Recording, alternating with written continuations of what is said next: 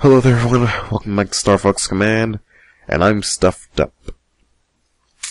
But, we're going to be going through the final, stage in the storyline A of Star Fox Command. We're going to take it down, we're going to take down the Angler threat right here, right now in the asteroid belt. Even though the Anglers are coming from, you know, Venom. Totally makes sense. Totes legit. So what you want to end up doing in this section is that you want to make sure that you're prepared. And by prepared, this is not a hard it's actually not a hard area. It just has a lot of fog of war in it. So be prepared for anything that can come through the fog, and have missiles prepped for Rob, just in case you want to lower the amount of time you have to go into battles. Excuse me. I used up most of my missiles during the last section of the game. My god, yawning. So I ended up messing myself up. It's early in the morning when I'm recording this, I'm still stuffed up. Speaking of things that you want to be prepared for, Crystal now changed her ship. She's now no longer using her the Cornerian fighter ship, the generic Cornerian fighter ship, I mean. That she was using before. Now she's using her, what's it called? Sky Buffer or something like that. It's called something stupid. I missed, even though Slippy just said it. I didn't really like her ship name. It was like the Sky Crystal or something like that. Either way, her new ship actually does different things. And something I didn't mention in the last part was actually what each of the characters, Falco and Crystal, use when they're fighting. Falco uses multi-lock targeting, which means that whenever he locks onto an enemy, he actually stays locked onto it until it leaves the screen. He can lock onto multiple enemies at the exact same time. And Crystal, in her Cornerian fighter plane, this is so generic. Other characters use that as well. If they don't want to let a character have their own, Cloud Runner, that's what Crystal's ship was called, Cloud Runner. I don't know why that skipped my mind. Anyway, they don't want to let a character have their own personal ship for that time. They let them use that. Like, Bill uses that because he doesn't have an appearance in the game. Crystal uses that from time to time. Dash uses that. I will be named Dash later. Like storyline B or E. As far as, like, her stats or anything, she uses like a standard lock-on. I think she uses twin lasers as well. Her Cloud Runner is actually not that strong.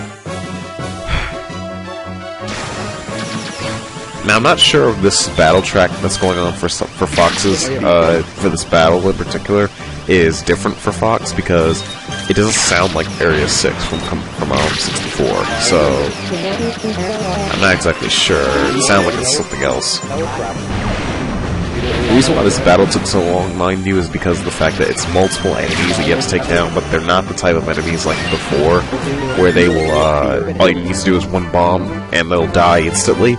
Now it's more like you have to bomb them, and then, like, keep shooting them multiple times. And because they have so much health. Gosh, I'm stuffed up badly. Thanks, Allegra. One of my classmates. Hopefully she'll never see this. If she does, sorry. I mentioned your name. No, I'll do it again. Allegra. Bam.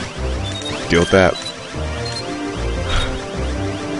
And as far as, like, what I feel about Falco's ship is actually a pretty balanced ship. Excluding the fact that it has such a low health. Look at that. I just took one hit of damage from that laser, from that giant laser, and I'm down to half health. One more hit from that, and I'm dead instantly. Luckily enough, I'm smart enough not to do that, so there's that. But yeah, do not look forward to playing as Falco if you're not very good at dodging stuff. Even with, since he has multi-block, it makes his normal shots weaker in comparison to his lock-on shots, which for some people could be a good or a bad thing, depending. And I'm about to get 200 enemies, right?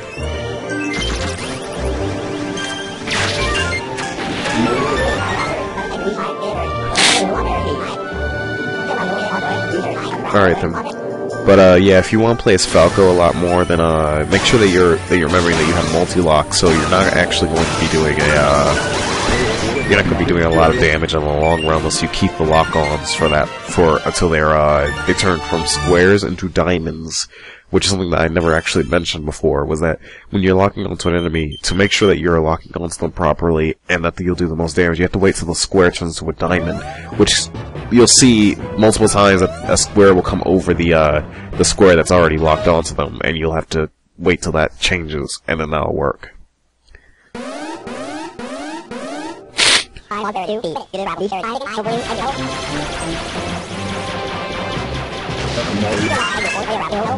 Ah, there we go, the 200 coins. 200 coins, not the 200 coins, but the coin mission again. The coin missions are so annoying to get with Slippy because of the fact that he has such a low, barrel roll bar, or special bar. So it kind of gets becomes a bit of an irritant trying to get the coins, but oh well.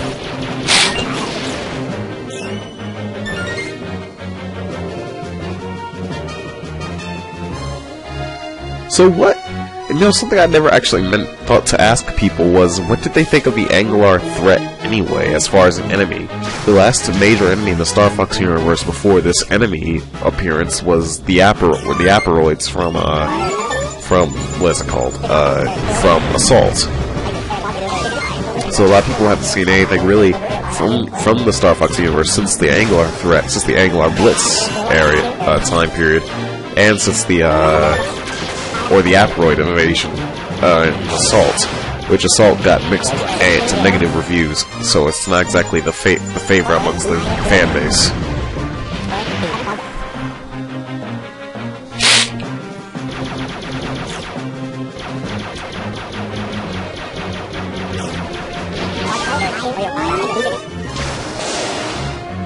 But yeah, what did you all think of the in the comments, mention what did you think of the Anglar as not only as an enemy, but also mention what did you think of the game as itself at the moment. After this storyline, we will be moving on to another game for a bit of time, so I can find more things to talk about for Star Fox Command for Storyline B and C. Mind you, Storyline B will probably be the second one that we do, and then C and D will be the second and third one, because it will be the third and fourth one, because Storyline C and D are extremely short. Even if I did them stage by stage, it'd only be 3 parts. Like, well, 3 parts for one, 4 parts altogether. It'd be very short. I'll just say that.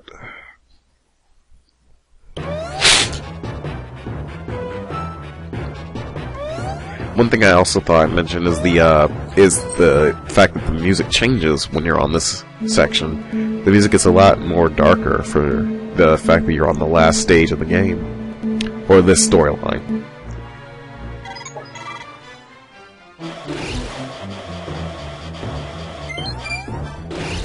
See, even the music changes when you're on the overworld.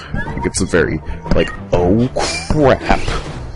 It gets to that point of just, like, awesomeness, as I'll say. The one thing about games that last little, what's it called? God damn it. Oh, that last little missile factory is that you have to go through a bunch of mines, so it's going to be a bit of an irritant to try to do that. What we got this time, though, is a missile. It's interesting. In 64, missiles weren't actually like they were in this game, where they were like a major threat to the Great Fox. Instead, missiles were just something that came up in Area 6, which you'd fight, which you'd destroy if they're coming towards you, but they had no negative repercussions if they went past you. Now they kind of do.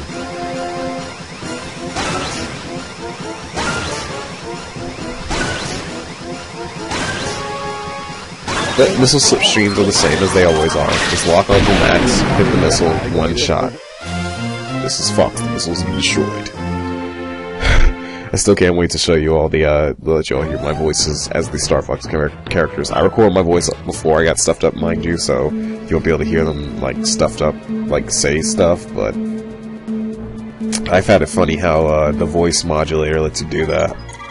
Star Fox Command just was a great game in general. I really do wish that it had sold better, so we could have had this game be actual canon, and then it would have made more sense. And then people would have shut up about Star Fox not having good games or something after Civ 64, which was total bullshit. Because even despite whatever you say about Assault was at least somewhat decent. Although the ground missions were the worst part of the game.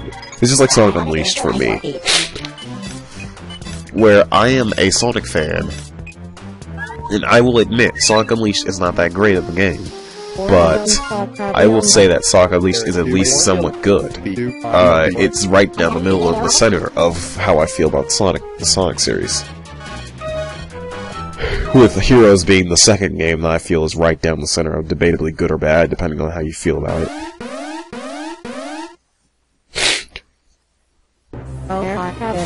Anyway, go take out this final section of Crystal.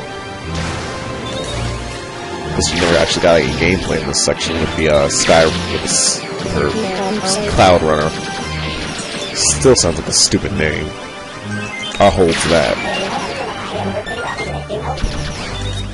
She keeps the same battle music no matter what, however, so don't go looking for her to get different tracks because she's in different ships. The ship isn't what affects the track, it's the character. It's all about the game, and it was always about the game. God, I did not like Video Game High School. Did anyone actually like that show? I thought that was so bland. It was just like every other television show. I could watch that show on TV and probably get better entertainment value from it and it wouldn't be about video games. It was the exact same show with a video game orientation. Didn't find anything special about it. Never found it that interesting. But either way, Video Game High School aside, let's go ahead and take on this final enemy, Anglar Emperor himself. Not actually. We are fighting the Arrowhead. Here's something that you need to know, and we're going to do it with Fox, obviously. But here's something you might want to know. The Anglar Emperor is the final boss of multiple stories in this game. There are only certain storyline paths, however, that actually fight him in himself. Throughout the series, throughout the game, you'll learn that through different cutscenes, if you actually read them and not just, listen to my commentary, which is awesome. But if you actually watch the cutscenes and actually pay attention, you'll find out that the Anglar were actually made from the DNA of Andross when he took over Venom. He took over Venom and basically used his DNA to take over the inhabitants of Venom, which the Anglar are just a mutated version of the fish, which were inhabitants of Venom when Andross took over. And because of this, they mutated with his DNA. So the Anglar Emperor, when you fight him later on in the game, like himself, he actually fights a lot like Andross from 64. So we get to see that when we get to see it. Either way, the boss fight itself is pretty simple and easy. All you really have to do is keep shooting at all of its parts, and just dodge all the circles like rings of death that tries to shoot at you. And when it gets to this point, just keep knocking back the part that's coming towards you, and then try to shoot the green part, if I remember correctly. It'll stay in front of you. This is the way that most of the bosses work in 64 in command, mind you. And that's it. That's Anglar Emperor for this version of him. He's very pathetic. I'm extremely disappointed. I'm sorry, Anglar Emperor. That was just pathetic. There are much better versions of your fight elsewhere. That was bad, and you should feel bad about that, Anglar Emperor. Very, very bad.